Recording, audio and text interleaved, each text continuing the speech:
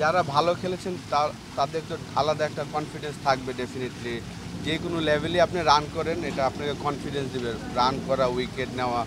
আর যারা খেলতে পারেনি, বিশেষ করে আমি মনে করি যে ক্যাপ্টেন যে শান্ত খেলতে পারেনি, কিন্তু এই সময় যে ও প্রিপারেশনটা নিয়েছে আমি মনে করি সবার চেয়ে বেটার প্রিপারেশন সে নিতে পেরেছেন।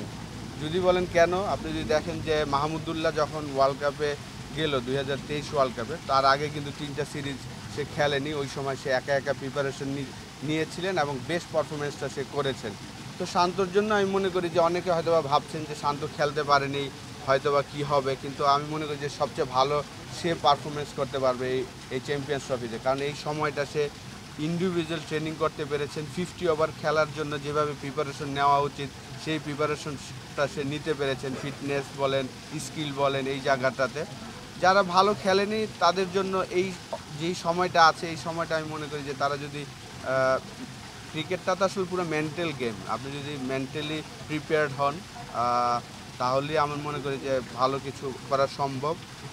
লাস্ট 2024 সালটা আমাদের হয়তো ভালো যায়নি ওয়ানডে ক্রিকেটে রেজাল্ট ওয়াইজ, কিন্তু আমরা কিন্তু কয়েকটা ম্যাচে 300+ রান করেছি।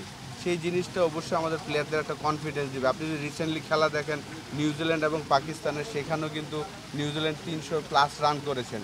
তো এইবারে চ্যাম্পিয়ন্স ট্রফিটা রান কিন্তু 300+ রানের খেলাই হবে। সেই জায়গায় আমি মনে করি যে আমাদের প্লেয়ারদের আলাদা একটা কনফিডেন্স দিবে যারা রান করেছেন। 17 চ্যাম্পিয়ন্স ট্রফিতে নিউজিল্যান্ডকে হারিয়ে বাংলাদেশ সেমিফাইনাল খেলেছিল। এবার নিউজিল্যান্ড গ্রুপে আছে তবে উপমহাদেশের দুটো দল পাকিস্তান এবং ভারত, যারা এই টুর্নামেন্টের হট ফেভারিট। তাদেরকে হারিয়ে বা সেমিফাইনাল বাংলাদেশের জন্য চ্যালেঞ্জ। দেখেন আসলে যে 4টা টিম আমরা আমাদের গ্রুপে, 3টা টিম, 3টাই খুব স্ট্রং একটা প্রতিপক্ষ। আমাদের আসলে ম্যাচ বাই ম্যাচ তো অবশ্যই প্লেয়াররা চিন্তা করবেন, ম্যানেজমেন্ট চিন্তা করবেন। ওই দিনটা যদি আমাদের হয় 3টা ডিপার্টমেন্টে যদি ভালো ক্রিকেট খেলে অবশ্যই সেমিফাইনাল তো আমাদের সবারই হয়তো আমরা আশা করি, আমরা যারা দর্শক আছি বা আমরা যারা এক্স ক্রিকেটার, তো ওই লক্ষ্যটা চিন্তা না করে আমার মনে হয় যে ম্যাচ বাই ম্যাচ চিন্তা করা উচিত। এবং প্রত্যেকটা টিমের সাথে আমরা কিন্তু জিতেছি, এমন না যে আমরা তাদের হারাই নাই কখনো। বড় মঞ্চে হারিয়েছি, নিউজিল্যান্ডকে আমরা চ্যাম্পিয়ন্স ট্রফিতে হারিয়েছিলাম, যে জায়গায় আমাদের 33 রানে 4 উইকেট পড়ে যাওয়ার পরে। তো এগুলো তো আপনাকে আলাদা একটা কনফিডেন্স দিবে অবশ্যই। বেটার ক্রিকেট খেলতে হবে আমাদের সবাই, 3টা ডিপার্টমেন্টেই। প্রোগ্রাম নিয়ে কথা বলতে চাই। এই ক্ষেত্রে আপনি তো আসলে একটা বিশেষ পরিস্থিতির মধ্যে দিয়ে গেছেন, এই ইনিশিয়েটিভটা সেই প্রেক্ষিতে আপনি কতটা জরুরি মনে করেন? দেখেন জাভেদ ভাই আর কি আমার খুবই কাছের লোক।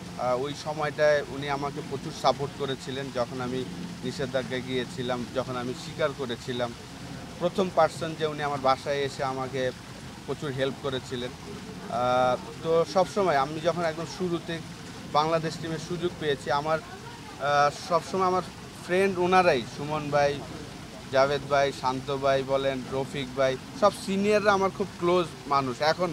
এখনও যখন আমি কখনো কোনো কাজ প্রয়োজন মনে হয় এই ভাইয়াদেরই ফোন দেই। তো আমি মনে করি জাভেদ ভাইকে বেস্ট উইশেস যে উনি এত সুন্দর একটা আয়োজন করেছেন এবং ইনিশিয়েটিভ নিয়েছেন। আমরা তো সবসময় সবার কাছে শুনলাম যে উনি কতটা হার্ডওয়ার্ক ছিল। 2099 ওয়ার্ল্ড কাপ, 2003 এই ওয়ার্ল্ড কাপগুলো খেলতে পারেনি, কিন্তু 2007-এ আমরা কেউ আশা করিনি, আমিও ওনার টিমমেট, আমরাও কিন্তু আশা করিনি, কিন্তু উনি ঠিকই স্বপ্ন দেখেছেন যে না এটা আমি খেলবই। এবং পরে 5টা-6টা ম্যাচ ঢাকা লিগে 100, 70, 90 করে তারপরে কিন্তু সে আবার সুযোগও পেয়েছেন। তো আশা করবো যে এই ধরনের ইনিশিয়েটিভে আমরা সবাই যারা ক্রিকেটার আছি সবাই হেল্প করব আমাদের জায়গা থেকে। সবসময় আমরা ওনার সাথে আছি। এবং জাভেদ ভাই যেই মেন্টালিটি মানুষ, আমি মনে করি যে এটা সাকসেসফুল রান করবেন এই জাভেদ ওমর বেলিম ওয়েবসাইটটা। ভাই, আপনি একটা বিশেষ পরিস্থিতির কথা বললেন, মানে আপনিও অনেক ইন্টারভিউ করেছেন, বলেছেন যে এরপরে দর্শকরা যে ভালোবেসেছে বা ব্যাক করেছেন, এখনও অনেক ভালোবাসছে, আপনি কাজ করছেন।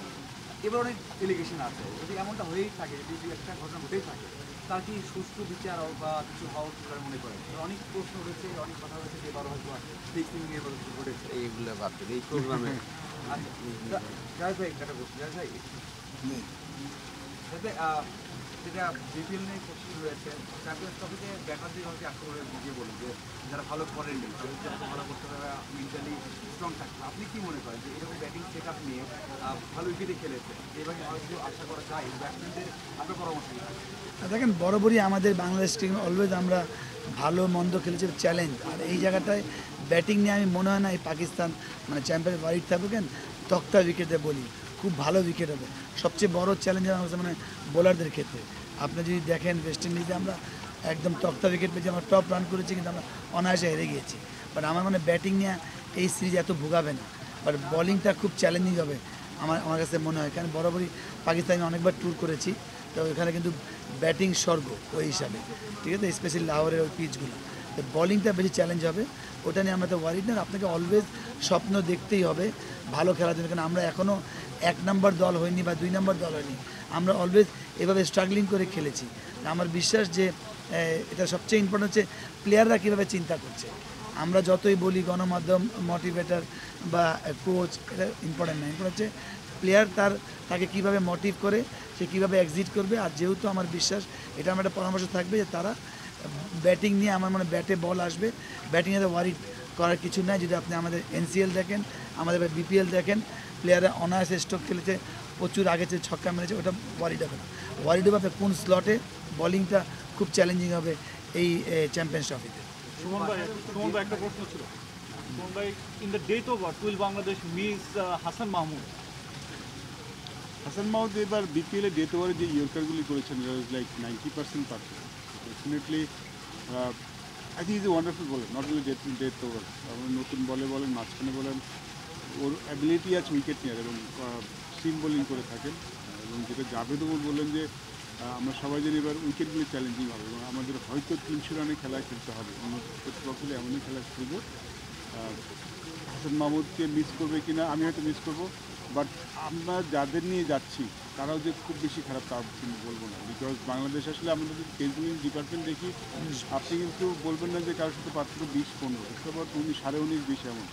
এবং হাসান মাহমুদ ভালো করছেন, কিন্তু তার জায়গায় যারা গিয়েছেন তারাও কিন্তু খুব ভালো করছেন। তো বাংলাদেশের চ্যাম্পিয়নশিপের সবচেয়ে পজিটিভ বিষয় এটাই, বোলিং সাইডটা খুব স্ট্রং এবং উইকেট টেকিং বলার যারা উইকেট নিতে পারেন। আপনি যদি বড়রা যখন 300 রানের মতো উইকেট থাকবে তখন উইকেট নিতে না পারেন তাহলে রানটা আসলে ছোঁয়ার বাইরে চলে যায়। তো আমাদের পজিটিভ বিষয় আমাদের সেটা মনে হয় যে আমাদের এখন বোলার আছেন যারা উইকেট নিতে পারেন। ফাস্ট বোলিং ডিপার্টমেন্টে ওয়ান্ডারফুল, স্পিনার একটু ভালো করতে পারেন এই চ্যাম্পিয়নশিপে আমাদের পক্ষে ভালো করে। Yesterday we saw Pakistani fast bowler struggle in death over, so death over is very crucial. Everyone else struggle, not only Pakistani bowler, Pakistani সবাই স্ট্রাগল করবে। বাট আমার মনে হয় যে যেটা আমি বলতে চাই আমাদের দলে এখন যারা আছেন তারা কিন্তু যথেষ্ট ভালো। আমি পার্সোনালি ফিল করি দল হয়ে গেছে, যেই দলটা যাচ্ছে আমাদের তাদেরকেই ব্যাক করা উচিত। আমরা দল হয়ে যাওয়ার পরে বাইরে কি আছে তাকে নিয়ে যদি বেশি চিন্তা করে আসলে যারা দলে আছেন তাদের প্রতি একটু অবিচার করা হয়। বিকজ আমি যখন দলে যারা আছেন তারা যথেষ্ট ভালো এবং আমার মনে হয় তাদেরকেই আমাদের ব্যাক করা উচিত। দুপুরে খাবার, হ্যাঁ